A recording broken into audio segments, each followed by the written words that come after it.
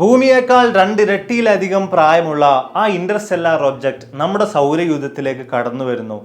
അതോടുകൂടി astronomical community തന്നെ, ഗവേഷകർ തന്നെ രണ്ട് ചേരിയായി തിരിയുന്നു. അതൊരു ഏലിയൻ ടെക്നോളജി ആകാമെന്ന് അവകാശപ്പെടുന്ന ആളുകളും അതിനെ പൂർണ്ണമായി നിഷേധിക്കുന്ന ആളുകളും. ഒരുപക്ഷെ ഭൂമിയിലെങ്ങാനും വന്നു പതിച്ചാൽ മനുഷ്യരാശിയെ പോലും പൂർണ്ണമായിട്ടും തകർത്തെറിയാൻ ശേഷിയുള്ള 3i അറ്റ്ലസ് എന്ന ആ ഇന്റർസ്റ്റെല്ലാർ ഒബ്ജക്റ്റിനെ കുറിച്ച് വിശദമായി തന്നെ പരിശോധിക്കാം. ഇതുമായി ബന്ധപ്പെട്ട് നോക്കുമ്പോൾ അതിൻ്റെ ഏറ്റവും വലിയ ഒന്നാമത്തെ സവിശേഷത എന്ന് പറയുന്നത് ഇതിൻ്റെ വലുപ്പവും വേഗതയും പ്രായവും ഒക്കെ തന്നെയാണ്. ബാക്കി നമ്മളിപ്പോൾ മുമ്പേ പറഞ്ഞ ഇന്റർസ്റ്റെല്ലാർ ഒബ്ജക്റ്റുകൾക്ക് ഏറെക്കുറെ 500 മീറ്ററോളം മാത്രമായിരുന്നു വലുപ്പം ഉണ്ടായിരുന്നത് എങ്കിൽ, എന്നാൽ ഇതിൻ്റെ വലുപ്പം എന്ന് പറയുന്നത് ഏറെക്കുറെ 0.32 കിലോമീറ്റേഴ്സ് മുതൽ 5.6 കിലോമീറ്റേഴ്സ് വരെയാണ് ഡയമീറ്റർ ആയിട്ട് കണക്കാക്കപ്പെടുന്നത്. അതായത് കമ്പാരിറ്റീവ്ലി വലിയൊരു ഒബ്ജക്റ്റ് തന്നെയാണ്, വലിയൊരു മെറ്റിയോർ തന്നെയാണ് ഇത് എന്ന് ചുരുക്കം. മാത്രവുമല്ല, ഇനി ഇതിൻ്റെ പ്രായം കണക്കാക്കുമ്പോഴാണ് നമ്മളവിടെ ഏറ്റവും അധികം ഞെട്ടിപ്പോകുന്നത്. ഏറെക്കുറെ 7 ബില്യൺ വർഷങ്ങൾക്കും മുകളിൽ പ്രായം അല്ലെങ്കിൽ പഴക്കം ഈ ഒരു മെറ്റിയോർ ഉണ്ടാകാം, അല്ലെങ്കിൽ ഈ ഒരു ഒബ്ജക്റ്റിന് ഉണ്ടാകാം എന്നാണ് കണക്കാക്കുന്നത്. അതായത് നമ്മുടെ ഭൂമി ഉണ്ടായിട്ട് അല്ലെങ്കിൽ സൗരയൂഥം ഉണ്ടായിട്ട് ആകെ 4.6 ബില്യൺ വർഷങ്ങളായിട്ടുള്ളൂ. അതിൽ തന്നെ നമ്മുടെ ഭൂമി ഉണ്ടായിട്ടുള്ളത് 4.54 ബില്യൺ ഇയേഴ്സ് മുമ്പാണ്.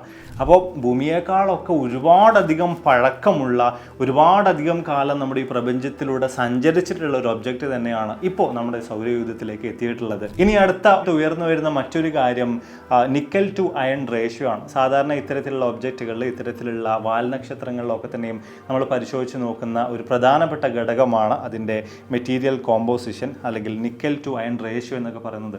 ഇവിടെ ആ ഒരു കാര്യം പരിശോധിക്കുന്ന അവസരത്തിൽ അയൺ റേഷ്യോ വളരെയധികം കുറവാണ്, അല്ലെങ്കിൽ തീരെ ഇല്ലാത്തൊരവസ്ഥയിലാണ് നമുക്കിതുമായി ബന്ധപ്പെട്ട് മനസ്സിലാക്കാൻ സാധിക്കുന്നത്. എന്നാൽ നിക്കൽ വലിയ തോതിൽ തന്നെ അവിടെ ഉള്ളതായിട്ട് നമുക്ക് കാണാൻ സാധിക്കുന്നുണ്ട്. ഇതുമായി ബന്ധപ്പെടുത്തിക്കൊണ്ടൊക്കെ പല ആളുകളും വിശദീകരിക്കുന്നത് നിക്കൽ എന്ന് പറയുന്നത് ഒരു ഇൻഡസ്ട്രിയൽ എലമെൻ്റ് ആണ്.